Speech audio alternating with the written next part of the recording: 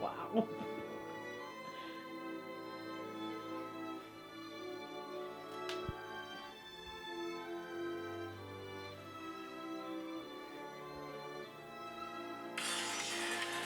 There's a lot of games out there. Some of which you've never even heard of. That's where I come in. I'm Lucius T. I've been playing games since the age of 2, and I have no life. This is Shoddy Showcase.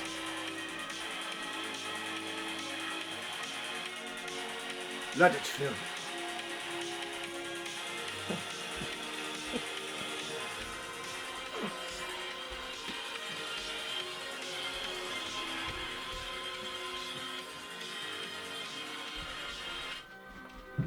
Alright, well, today we are talking about Bloodstained Ritual of the Night.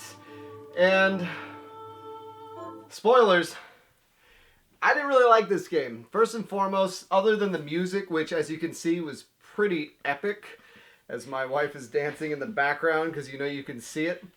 The gameplay itself is a little sluggish. I don't know if it's because I'm playing it on the Switch. I heard when the game came out that the Switch port of it was not the way to do it. I thought waiting 2 years to play it would have been the right thing to do and, you know, have the game be good. Still not good. Still sluggish as hell. It just doesn't feel good. Like, I get that they're trying to be like Symphony of the Night, which I can appreciate, but it doesn't have that feel.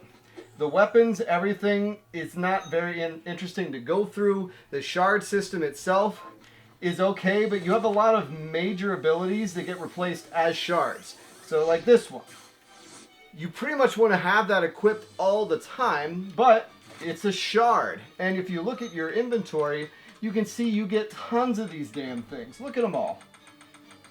I've never used any of them.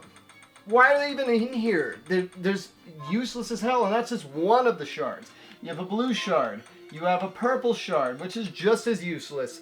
You have a yellow shard. I think it's a passive. Yeah, big deal.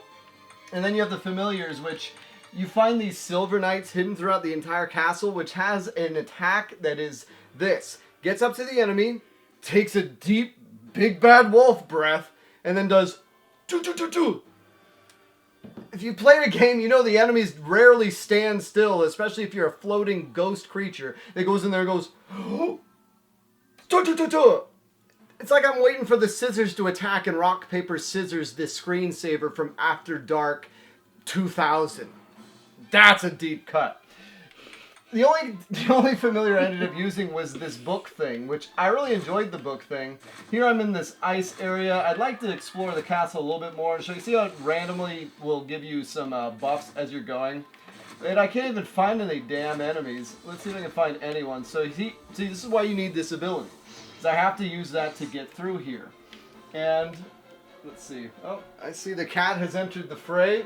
Likes for copper. Likes, as a certain avian creature would say.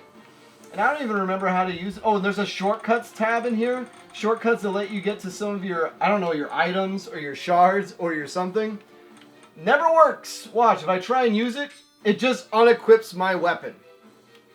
What is this crap-ass game? This is like a crap tutor. Why you give me crappy game? I want good game, not this crap game. That's what this is. This is a crap game. This is Kai Long. It's the Kai Long of games.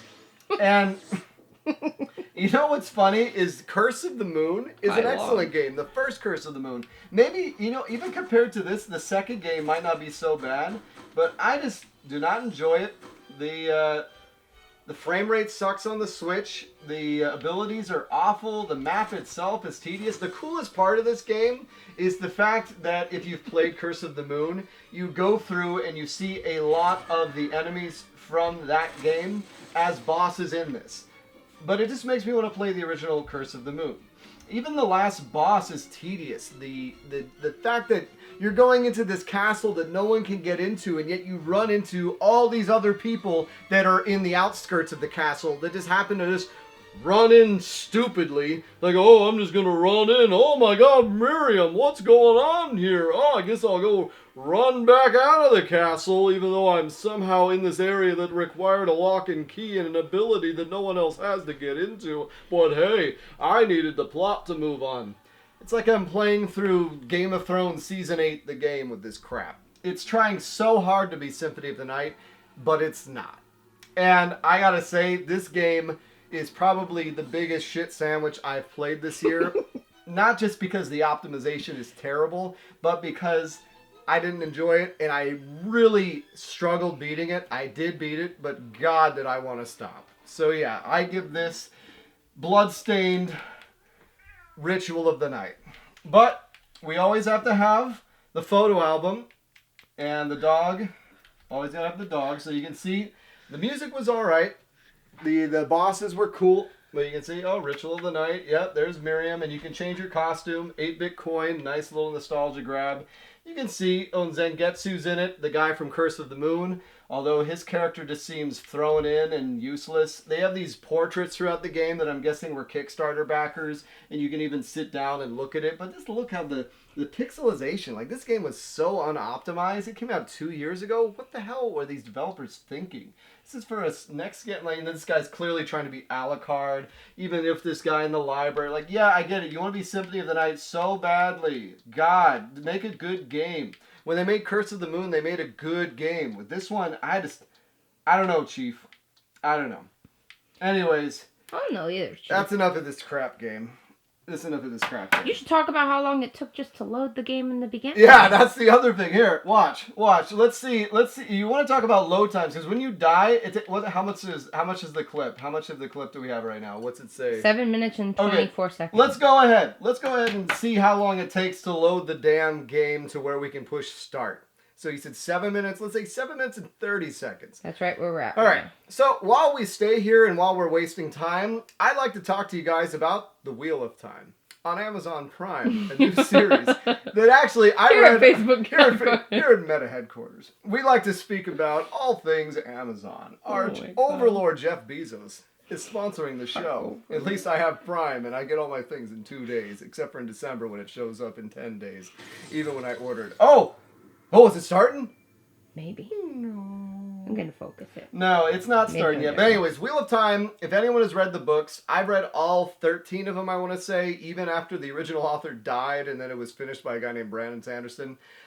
It's a little different than the books. The first episode's a little slow. Give no spoilers. Kind of like the way Game of Thrones was a little slow, I'd say, for the first few episodes. But it picks up. If you're into high fantasy, if you're looking for a show like that where it has a deep lore and more characters than you'll ever remember. And we're at a minute.